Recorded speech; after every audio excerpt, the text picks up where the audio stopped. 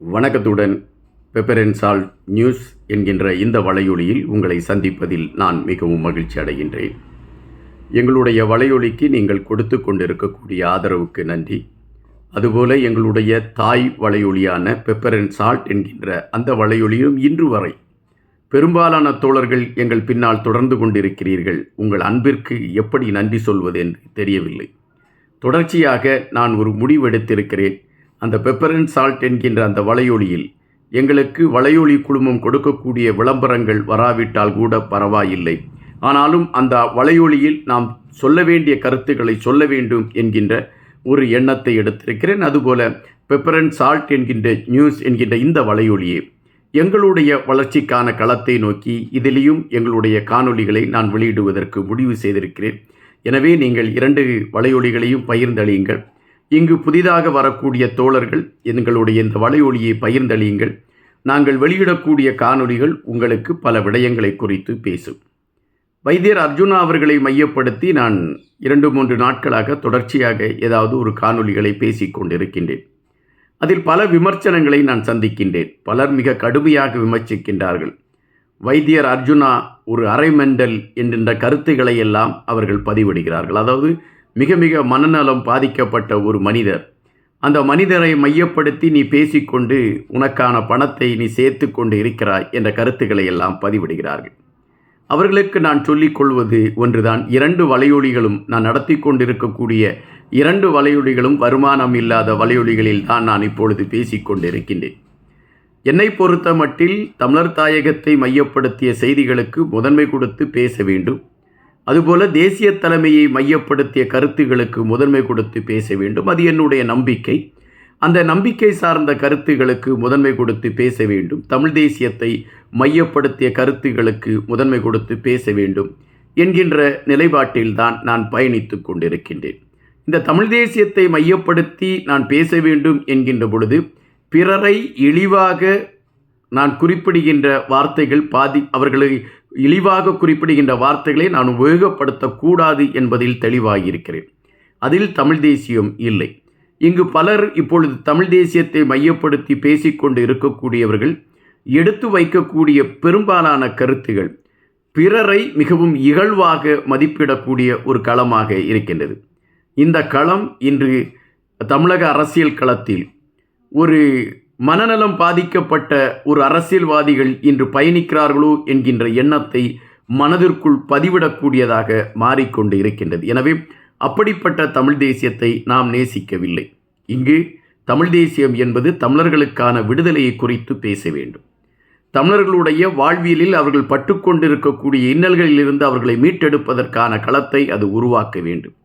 மற்றவர்களை இகழ்ந்து பேசி அவர்கள் வேதனைப்படுகின்றதை கண்டு இன்புறுகின்றதை தமிழ் தேசியம் என்று எடுத்து கூறினால் அது ஏற்புடைய களம் அல்ல.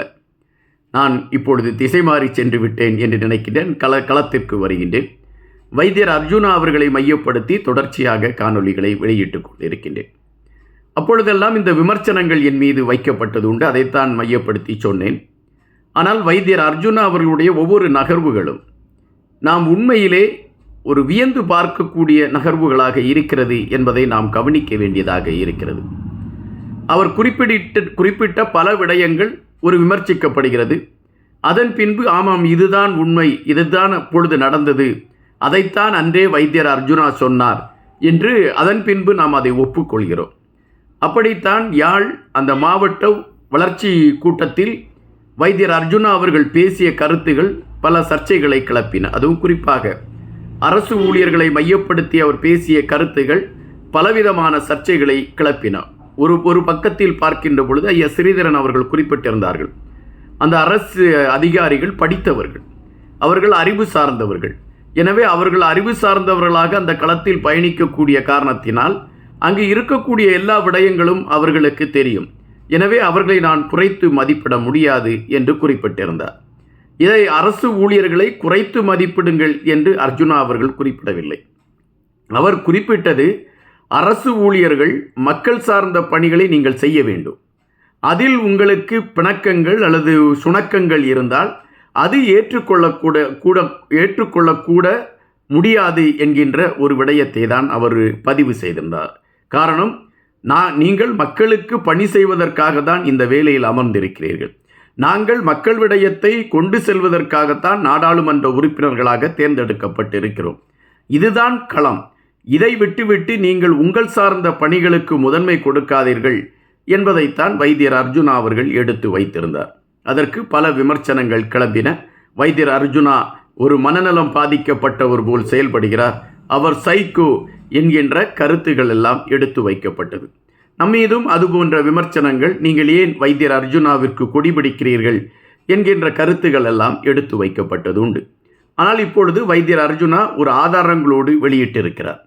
எவ்வளவு நிதி ஒதுக்கப்பட்டது, இந்த நிதியில் ஒரு வருடத்திற்குள் எவ்வளவு நிதி நீங்கள் தீர்க்கப்பட வேண்டும், அந்த நிதியில் இருக்கக்கூடியதை நீங்கள் செலவு செய்ய வேண்டும், இந்த செலவு செய்திருக்கக்கூடிய விடயங்கள் மக்கள் சார்ந்த விடயங்களுக்கு நீங்கள் செலவு செய்தீர்களா, அப்படி செலவு செய்தால் அதனால் மக்கள் ஏற்பட்ட பலன்கள் என்ன, அந்த பலன்களில் உங்களுடைய செலவுக்குள் அடங்கிவிட்டதா, அல்லது இதில் மீதம் இருக்கிறதா, மீதம் இருந்தால் அந்த பணத்தை நீங்கள் என்ன செய்ய போகிறீர்கள் போன்ற பல கேள்விகளை அவர் தன்னுடைய ஆதாரங்களோடு எடுத்து வைத்திருக்கிறார்.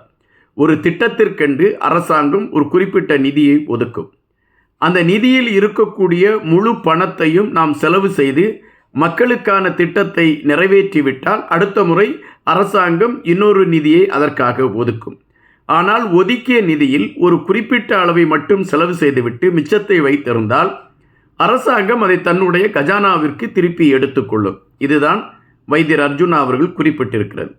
இதில் மக்களுக்காக பயன்படுத்த வேண்டிய பணத்தில் பலர் முறைகேடு செய்து தங்களுக்கான பணங்களை எடுத்துக்கொண்டு விட்டார்கள். ஆனால் மக்களுக்கான நலப்பணிகள் நடைபெற்றதா என்றால் அது இல்லை. எனவே இது சார்ந்த விடயங்களை மையப்படுத்தி தான் அரசு ஊழியர்கள் விழிப்போடு இருக்க வேண்டும் என்கின்ற கருத்துக்களை நான் பதிவிட்டேன். இதுவரை தமிழ் சமூகத்திலிருந்து தேர்ந்தெடுக்கப்பட்ட பல நாடாளுமன்ற உறுப்பினர்கள் இது சார்ந்த கருத்துக்களை பதிவிட்டிருக்கிறார்களா என்றால் இல்லை. அவர்கள் தமிழர்கள் விடயங்களை குறித்தோ இவ்வளவு நிதி ஒதுக்கப்பட்டிருக்கிறது, இந்த நிதி மக்களுக்கு செலவிடப்பட்டிருக்கிறதோ என்கின்ற கேள்விகளை அவர்கள் கேட்டார்களா என்றால் இல்லை. இது தொடர்ச்சியாக நடைபெற்று கொண்டிருக்கக்கூடிய ஒரு குளறுபடி என்பதை விட ஒரு மோசடி என்றுதான் என்னால் பதிவிட முடியும். இந்த மோசடியை நான் தட்டி கேட்டது எந்த விதத்தில் தவறு என்று அர்ஜுனா அவர்கள் எடுத்து வைத்திருக்கிறார். இது இப்பொழுது மக்கள் மன்றத்திலே ஒரு பேசுபடு பொருளாக மாறியிருக்கிறது. இந்த மனிதன் நேர்மையான கருத்துக்களைத்தானே எடுத்து வைத்திருக்கிறான், அங்கு நடந்த குளறுபடிகளை மையப்படுத்திய கருத்துக்களைத்தானே அவன் எடுத்து வைத்திருக்கிறான், இதற்கேன் பலருக்கு கோபம் ஏற்பட்டு விட்டது என்கின்ற வார்த்தைகள் இப்பொழுது வலுவடைய தொடங்கி இருக்கின்றது. நான் பல நேரங்களில் குறிப்பிடுவேன், உண்மை பேசுகின்றவன் பல இடங்களில் பைத்தியக்காரனாகத்தான் பார்க்கப்படுவான். இப்பொழுது வைத்தியர் அர்ஜுனா அவர்கள் மக்கள் சார்ந்த பணிகளை மையப்படுத்தி அவர் உண்மைகளை பேசுகிறார். ஆனால் அந்த உண்மைகளை பேசுகின்ற வைத்தியர் அர்ஜுனா அவர்களை பைத்தியம் அல்லது மனநலம் பாதிக்கப்பட்டவர் என்று நினைக்கக்கூடிய ஒரு மனநிலையை மக்கள் மன்றத்தில் மக்களிடம் உருவாக்கிப்பதற்காக ஒரு சிலர் முயற்சித்து கொண்டு இருக்கிறார்கள் என்பதுதான் நாம் அறிய வேண்டிய செய்தியாக இருக்கிறது. நன்றியுடன் இன்பா.